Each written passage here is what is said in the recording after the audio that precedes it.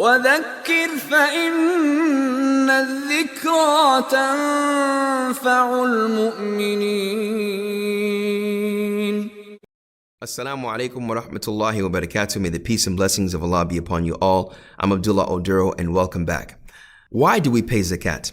Well, the zakat, as we know, has been accompanied with the salah in the Qur'an more than 10 times. When Allah orders the prayer, He also orders zakat.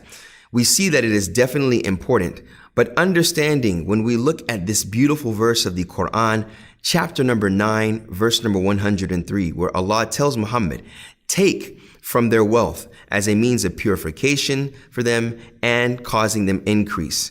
And pray for them, for verily your prayer serves as a reassurance for them. And Allah is the all-hearing and all-knowing. Let's look at this verse real quick, and it will really explain to us why we pay zakat. Firstly, He tells Muhammad to take from their wealth. So this is an order which shows and exemplifies and implies that it is obligatory. And if it's obligatory, it shows the importance of doing that action. So take from their wealth that which is surplus. You see, Islam considers that which is surplus as wealth. And that's important because many times we will think that such as our income tax, it takes from our yearly earnings. But Islam takes from your yearly surplus.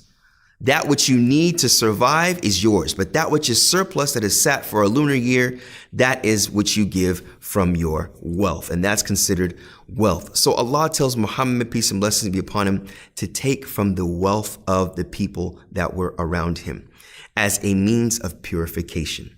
So that's the first thing. When you give zakat, as we learned, linguistically it means purification, and Islamically or technically it is a purification of your money. Because if there is surplus, that money or that amount is really not even yours.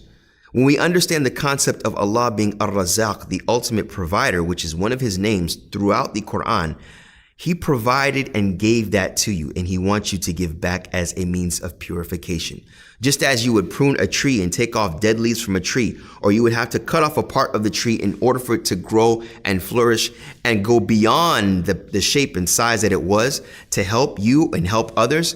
This is the exact concept with zakat. So a means of purification and increase.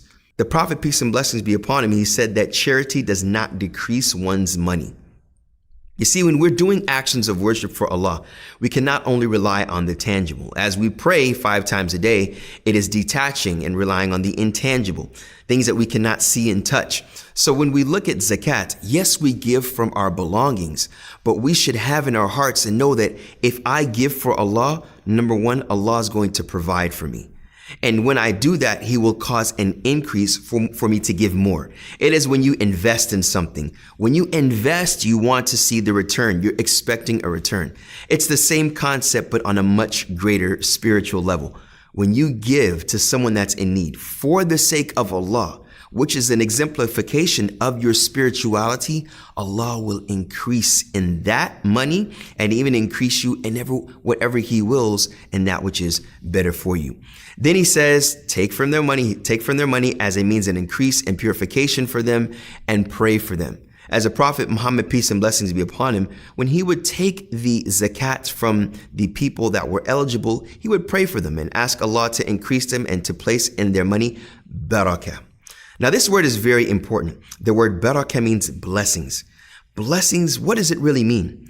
It is the attributes of God to descend upon that thing. So if I ask God to bless you, I'm asking Him from His names and attributes to protect you, to honor you, to keep you away from any sicknesses or anything that's harmful.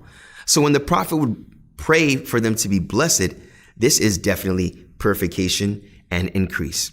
And then Allah says, Allah is all-hearing, the all-knowing. Allah is all-knowing of what you do, and He is all-hearing of what you say when you give the zakat. And when the Prophet, peace and blessings be upon him, would make dua for them and pray for them.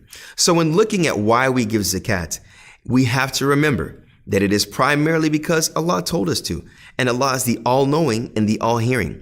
We have to remember that relationship that we have with Allah when it comes to giving back what He has given you. Just as you feel that you have to pay homage or show respect to those that have raised you, that have given you something, when we look at the one that has given you sight, hearing, all of your faculties, and can easily take that away, we remember the fact that Allah subhanahu wa ta'ala, if He requests or demands something from us, what is our response? When we look at this, we give zakat also to show that we have control over our money, and money does not control us. Our belongings do not control us. Our phone, our iPad, our car, our currency does not control us. Rather, we control it. We dispense of it when we need to and when we want to, hopefully for a better cause. So we give zakat ultimately for the pleasure of Allah subhanahu wa ta'ala, because we trust and know that He will give us in return what is better for us, serving as a means of barakah, blessings, and purification. May Allah subhanahu wa ta'ala bless you all in knowledge of this religion to increase you in your worship of Him in a way that is befitting to all of us. Assalamu alaikum wa rahmatullahi wa barakatuh. May the peace and blessings of Allah be upon you all. Thank you.